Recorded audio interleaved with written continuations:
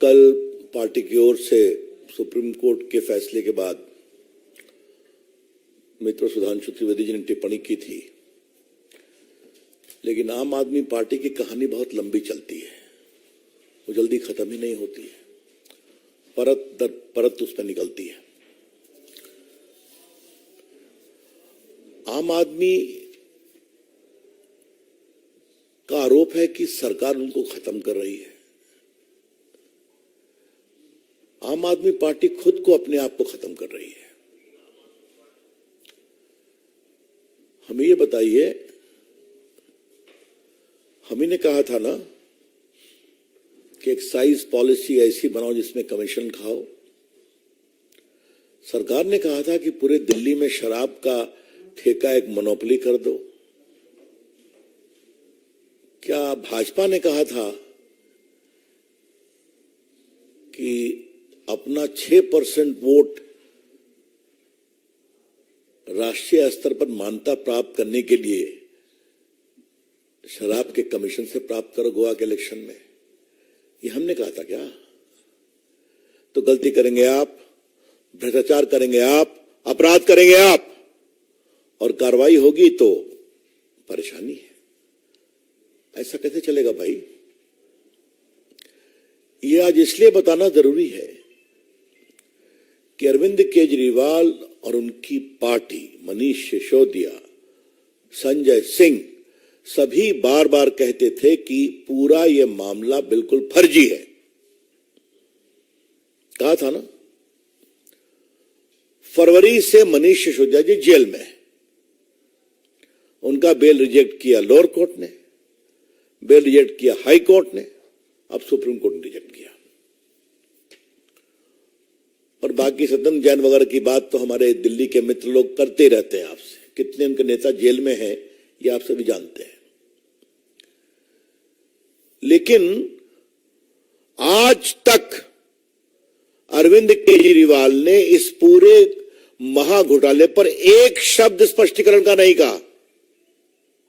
This is very important to note. बार बार बिल्कुल झूठा है, बेबुनियाद है, फंसाने की चाल है। तो बोया पेड़ बबूल का तो आम कहां से होगा केजरीवाल जी? ये तो मुझे पहली बात कहनी है। दूसरा विषय, एक राजनीति में और लोकतंत्र में रिकॉल वैल्यू होता है। तो आज थोड़ा रिकॉल वैल्यू बताना जरूरी है कि ये पूरा स्कैम था क्या। आप सभी जानते हैं, लेकिन मैं आपके माध्यम से देश को रिकॉल करा रहा हूं। एक नई एक्साइज पॉलिसी बने, इसके लिए ग्रुप ऑफ मिनिस्टर्स बैठा, उसके हेड थे मनीष सिसोदिया जी। उसमें फिर कई चर्चा हुई, बाकी हुई। इसी बीच में दक्षिण भारतीय लॉबी की एंट्री होती है और वो एक मिडिल मैन के थ्रू संपर्क करते हैं, और जब कुछ गड़बड़ी होती है, संदेह होता है, तो विषय अरविंद केजरीवाल के पास पहुंचता है। अरविंद केजरीवाल जी कहते हैं, this middle man is my man, उससे बात करो। और ये बात मैं ऐसे ही नहीं कह रहा हूं, आज के अखबारों में सारा विस्तार से छपा है। आज के अखबार में मैं लेकर के आया हूं, इसलिए मैं कोई उड़ती फिरती बात नहीं कह रहा हूं। उसके बाद जो रिपोर्ट बन के आई उसको कहा नहीं, केजरीवाल जी के घर की बैठक में कहा ये जीएम की रिपोर्ट मानी जाएगी। और जीएम की रिपोर्ट कौन थी? जो सदन लॉबी ने बना कर करके अपना पूरा फायदे का बना करके दिया था। और ये बात मैं नहीं कह रहा हूं, अरविंद केजरीवाल के जो सेक्रेटरी हैं उन्होंने कहा इन्वेस्टिगेशन में, अरे सॉरी, मनीष सिसोदिया के। और ये सब बातें रिकॉर्ड पर है। सीबीआई भी इंक्वायरी कर रही है, ईडी भी इंक्वायरी कर रही है, चार्जशीट फाइल हुई है, आप सभी जानते हैं। इसी में एक और सवाल उठता है, क्या इतना बड़ा स्कैम बिना केजरीवाल के आशीर्वाद से हो सकता है क्या? जो लोग दिल्ली सरकार को जानते हैं और उनके चाल चलन को जानते हैं, such a massive scam cannot take place without the clear approval of Mr. Kejriwal. और जो बातें आई यहां पर उन्होंने साफ कहा कि हमारा आदमी, इससे कांटेक्ट करो। जब मिलना नहीं संभव हुआ तो फेस टाइम से बात हुई और उसके बाद उन्होंने जो बनाया एक लॉबी ने, वो पूरी रिपोर्ट को उसी में समाहित कर दिया गया। तो ये तो बड़े गहरे, सीधे और परिस्थिति जन साक्ष्य उपलब्ध है। लॉ में कहते हैं direct evidence and very suspicious circumstantial evidence. तो ये दोनों उपलब्ध हैं। ये सुप्रीम कोर्ट का कल का बेल रिजेक्ट किया वो पूरा आदेश है। मुझे लगता है आप लोगों ने भी पढ़ा होगा, लेकिन मैं इसके 3-4 paragraph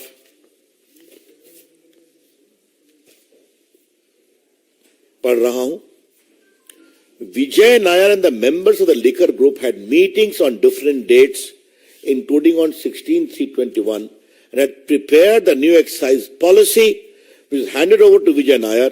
Thereupon, the commission fee, which was earlier fixed at minimum of 5%, was enhanced to fixed fee of 12% payable to wholesale distributors. The appellant Manish Sisodiya was aware that three legal manufacturers have 85% share in liquor market. सब मैं supreme court से coat कर रहा हूं। और उसके बाद the excess amount of 7% commission fee earned by the wholesale distributor of rupees 338 crores only constitute an offence under section 7 of the Prevention of Corruption Act relating to public servant bribed. This amount was earned by the wholesale distributors in a span of 10 months. This figure cannot be disputed or challenged. मैं फिर कह रहा हूं, ये supreme court का कहना है। This figure cannot be disputed or challenged. Thus, the new excise policy was meant to give windfall gains to select few wholesale distributors who in turn had agreed to give kickbacks and bribes.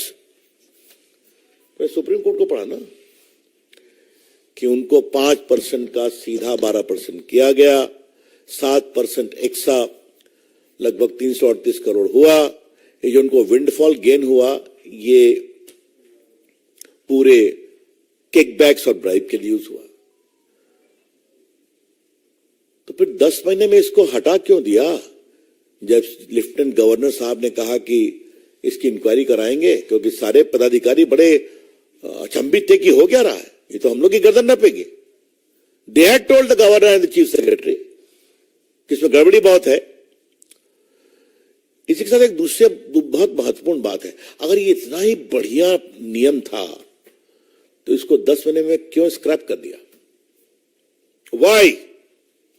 अगर आप ठीक हैं तो होना चाहिए था, तो आपने इस पूरे नियम को स्क्रैप क्यों कर दिया? अब देखिए, जो मनीष सिसोदिया के सेक्रेटरी हैं, उन्होंने क्या कहा, यह भी सुप्रीम कोर्ट का पार्ट है। One day around mid-March 21, Deputy CM called him to the residence of Chief Minister Arvind Kejriwal and handed over around 30-page documents, which was a draft group of ministers' report. Sri Satinder Jain and Deputy CM Manish Sisodiya were also present along with CM in his house. Deputy CM told that this is the base document on which the final GOM report is to be made over. तो जो आपने काम किया खत्म करिए, जो कानूनी राय लिया खत्म करिए, यही रिपोर्ट है, इसी को फाइनलाइज करिए। रिपोर्ट कहां से आई? सदन लॉबी से आई। ये सब सुप्रीम कोर्ट का पार्ट में पढ़ रहा हूं। तो ऐसे में केजरीवाल जी को बुलाया जा रहा है अगर ईडी के द्वारा, तो हाय तबाह क्यों मची हुई है? इसमें भाजपा का कोई संबंध नहीं है, एक भी नहीं है। जैसी करनी वैसी भरनी, जो आपने किया, और मैं उसको स्ट्रेट अवे अगर प्रश्नों के रूप में रखूं तो पहला सवाल, आपने एक्साइज पॉलिसी जो जीए में बनाया उसको बदला क्यों? क्या कारण थे? नंबर एक। और बदला तो क्या ग्रुप ऑफ मिनिस्टर्स का कोई रिकॉर्ड है क्या बदलने की मीटिंग का? या जो नायर साहब लेकर के आए उसी को मान लिया? नंबर तीन, 7% से 12% क्यों किया? और नंबर चार, अगर आप इतने ही विश्वास था आपको अपने ऊपर तो एक्साइज पॉलिसी को 10 महीने में खत्म क्यों कर दिया? तो क्या हम मान के चले कि गोवा का चुनाव था, आगे पंजाब का था, तो हमारी मदद करो, हम तुमको एक विंडफॉल गेन करवा देंगे, पकड़े गए तो स्क्रैप कर देंगे, नहीं पकड़े गए तो हरी हरी। यही तो है ये पूरा मामला। इसलिए भाजपा का इससे कोई संबंध नहीं है, यह कानून की प्रक्रिया है। Let me clarify very clearly that the BJP has nothing to do with this whole scam at all. It is the entirely deed and misdeed and corruption of the Aam Aadmi party, the leader, the chief minister, the deputy chief minister and other associates. तो अगर वो कानून अपनी प्रक्रिया कर रहा है, जो कोर्ट तक, सुप्रीम कोर्ट तक फिल्टर हो रहा है, तो उस प्रक्रिया में अगर उनको समन किया गया, जो, और याद करिए कि केजरीवाल जी सीबीआई के सामने पेश हो चुके हैं, शायद अप्रैल में गए थे जहां तक मुझे याद आता है। आप अभी जाइए, अपनी बात कहिए। तो चूंकि कल शाम से एक राग दरबारी बज रहा है कि भाजपा आम आदमी को खत्म करना चाहती है, तो हमें लगा कि इसका स्पष्टीकरण जरूरी है। मित्रों, मुझे एक अंतिम बात कहनी है। हम लोग सभी अपने स्टूडेंट लाइफ से एक्टिविस्ट रहे हैं। आम आदमी पार्टी एक बहुत ही आशा के साथ हिंदुस्तान के राज्याध्यक्ष पर आई थी ना। स्वयं बाबा थे उनके साथ, कई नॉन पॉलिटिकल लोग जुड़े थे उनके साथ। ये ईमानदारी का सर्टिफिकेट सबको देते थे और इनके बाबा, हम सब इनका सम्मान करते हैं, वो तो विड्रॉ कर गए। आज एक बड़ा सवाल मुझे उठाना है और ये बहुत गंभीर सवाल है। सारे इनके सहयोगी जो आंदोलन में साथ थे, इनसे अलग क्यों हुए? चाहे वो अपनी बेदी जी हों या कई फिल्म स्टार्स हों, अनुपम खेर हों, फिर हमारे प्रशांत भूषण हों, योगेंद्र यादव हों या साजिया इल्मी हो, इन सबों ने साथ संघर्ष किया था ना। आशुतोष जी पत्रकार हों, सब क्यों खटते चले गए? क्या हुआ? उनकी हर बात का मैं समर्थन नहीं कर रहा हूं, लेकिन ये सवाल उठाऊंगा कि पूरे देश में लोगों को भ्रष्टाचार का सर्टिफिकेट देने वाले और कार्रवाई की मांग करने वाले, उन्होंने जिस तरीके से पार्टी को कब्जा किया, यह उनका विषय है। लेकिन आज आपका अपराध हो रहा है तो आप कह रहे हैं कि सब झूठा है। Aam Aadmi Party has been the biggest letdown in the political history of India. आम आदमी पार्टी ने देश के लोकतंत्र में एक जबरदस्त, मैं क्या कहूं, जनता को धोखा देने का काम किया है। कहा कुछ और, निकले कुछ और। यह है इनकी सच्चाई। That's all friends from my side, open to questions. ये तो उनका कहना है ना। चार्जशीट पढ़ लें, ईडी की भी पढ़ लें, सीबीआई की भी पढ़ लें। और मैंने तो कहा, वो पूरा आपको दिखाया था आज का अखबार जो छपा है ना पूरा, क्यों कहा गया he is my man, talk to him? ये क्या है? क्यों उनके घर में बैठक हुई और सेक्रेटरी को कहा गया कि पुरानी रिपोर्ट छोड़ो, यही रिपोर्ट चलेगी? सच्चाई है। ये कौन सी नई बात है भाई? सत्येंद्र जैन का इस्तीफा कितने महीनों के बाद दिया गया? 2 साल के बाद इस्तीफा दिया कि नहीं दिया गया? 1 साल के बाद। मनीष सिसोदिया कितने दिन के बाद किया? उन्होंने खुद किया है। तो कोई नई बात नहीं है, ये उनका अपना आचरण बता रहा है। इस पर कोई ये भी एक नई परंपरा है। अभी तक देश में कोई किसी पार्टी का आप जेल गए तो आपको इस्तीफा देना पड़ता है ना। पता नहीं आपको याद है कि नहीं रविंद्र बाबू, आप तो बिहार से हैं, लालू जी को भी इस्तीफा देना पड़ा था ना चारा घोटाले में, याद है कि नहीं? वह दिगर की पत्नी को बना के गए, वो इस्तीफा देना पड़ा था ना। तो अगर ये इसमें भी नई परंपरा स्थापित करना चाहते हैं तो अच्छी बात है। I am not sitting here to give reply to all the comments. I have the party is holding a press conference at the national level to clarify the point that the BJP has nothing to do with it. It is a part of the legal process which has come about because of the folly, corruption, deeds and misdeeds of the government headed by Mr.